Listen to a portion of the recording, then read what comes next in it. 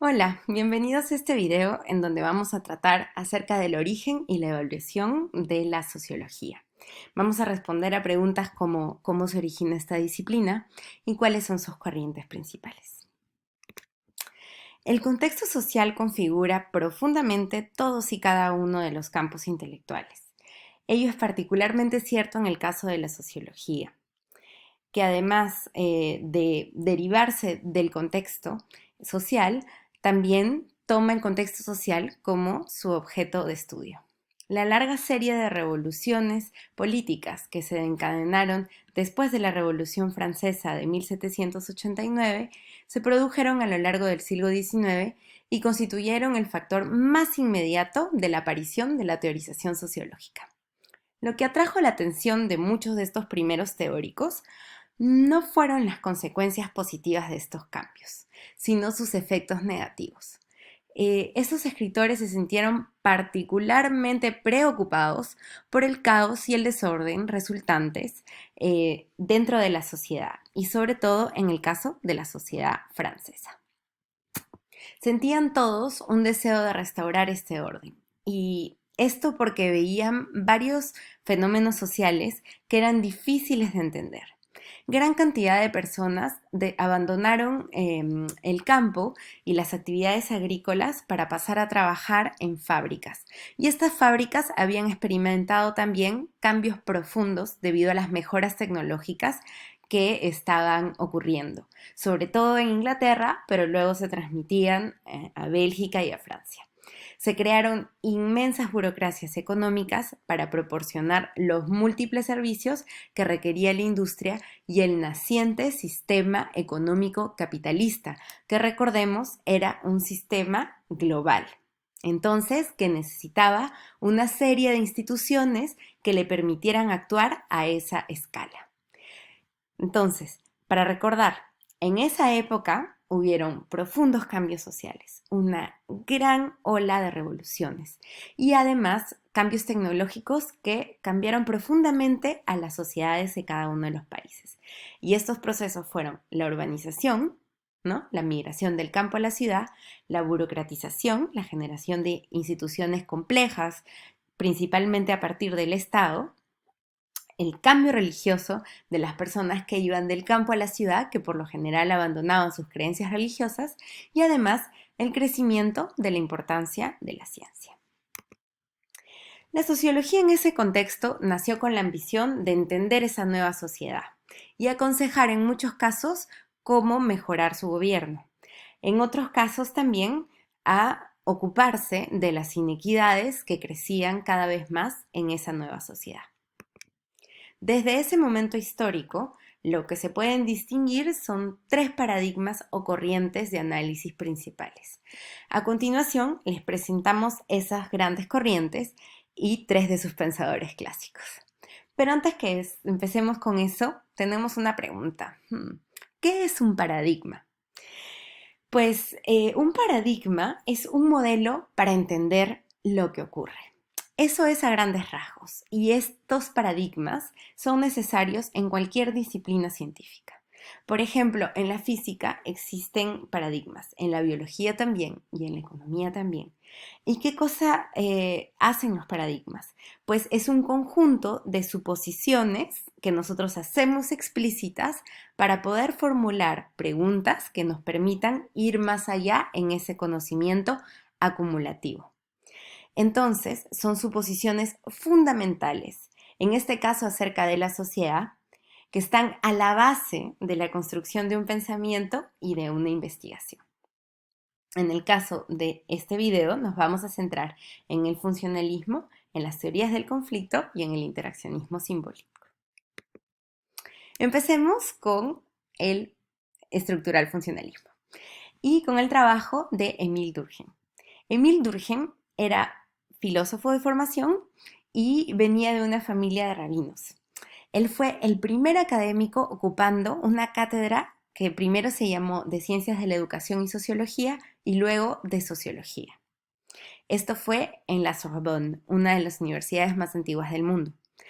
Y Él, en su libro Las reglas del método sociológico, argumenta que la tarea de la sociología era el estudio de lo que él denominó hechos sociales. Él entendía los hechos sociales como fuerzas y estructuras externas al individuo. Y él lo que quería es promover el estudio de estas estructuras y fuerzas.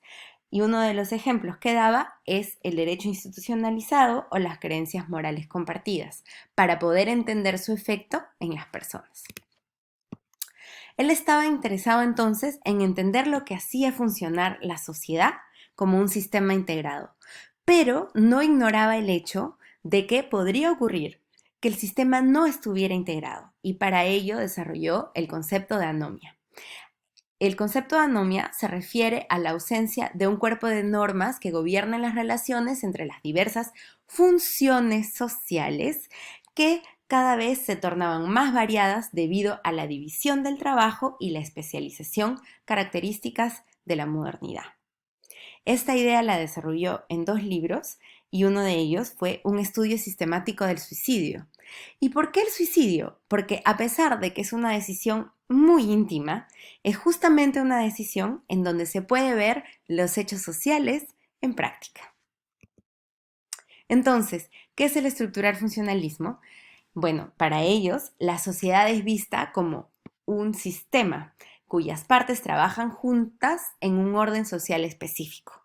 Esto no quiere decir que asuman que siempre funcionan bien o que van a funcionar siempre para toda la vida.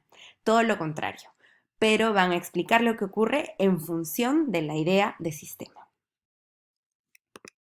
Ahora pasemos al trabajo de Karl Marx.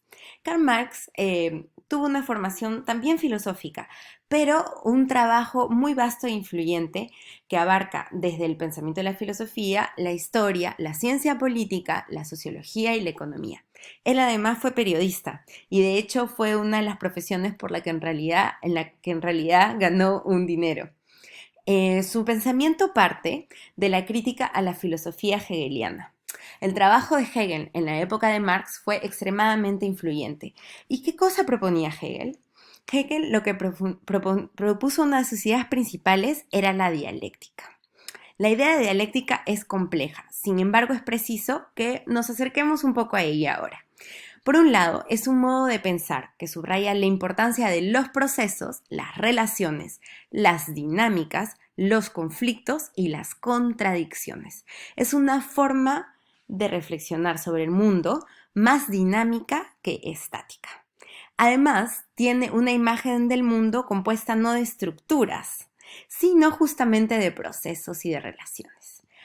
Aunque normalmente la dialéctica se relacione con Hegel, lo que hace Marx es criticar la dialéctica para decir que, si bien el principio es algo interesante, a él lo que le interesan son los procesos materiales, la vida de la práctica, la vida de la gente, y que entender lo dialéctico le permitiría entender cuestiones como la economía y las relaciones de poder.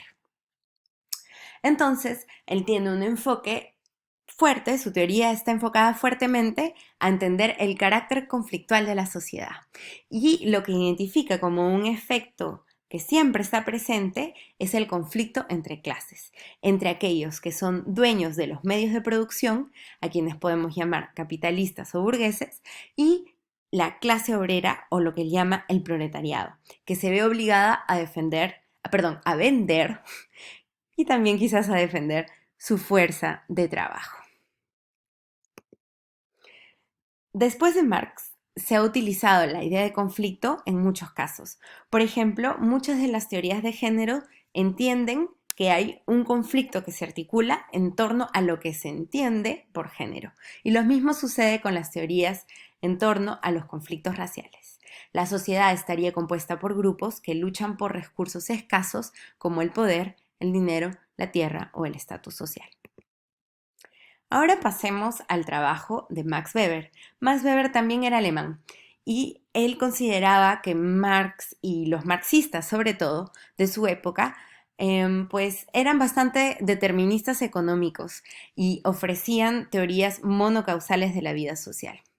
Uno de los ejemplos de determinismo económico que más parecía disgustar a Weber era la perspectiva de que las ideas eran simplemente reflejos de los intereses materiales y especialmente económicos de los diferentes grupos eh, que elaboraban algo así como una ideología.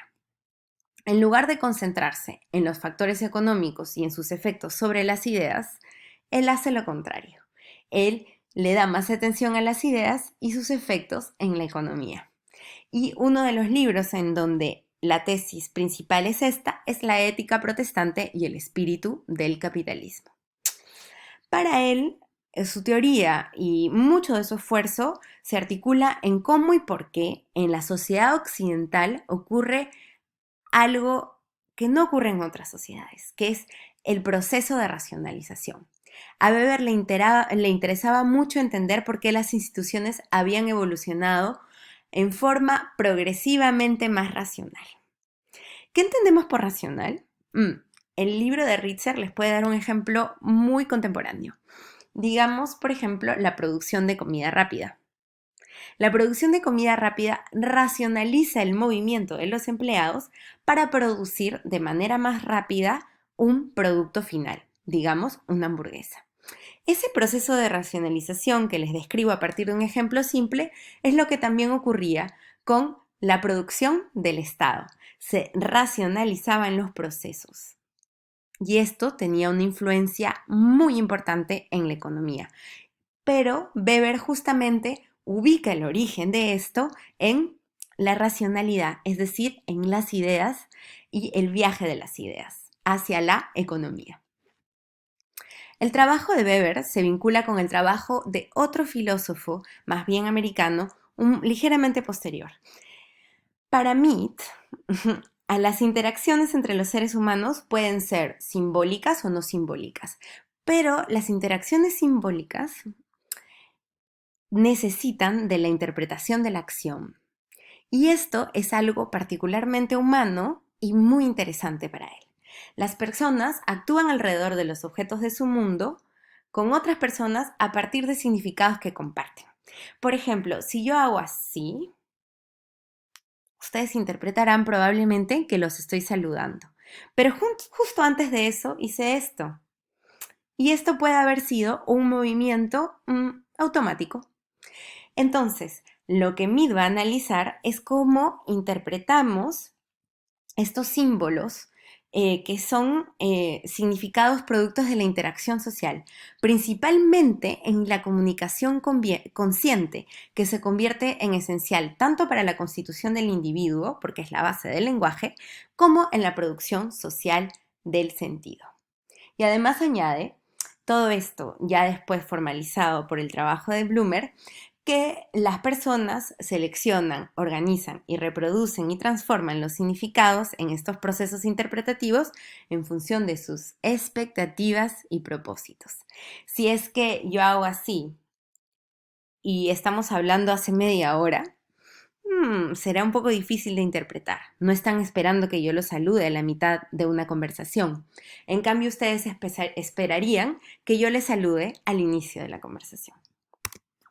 Entonces, el interaccionismo simbólico se enfoca en las ideas.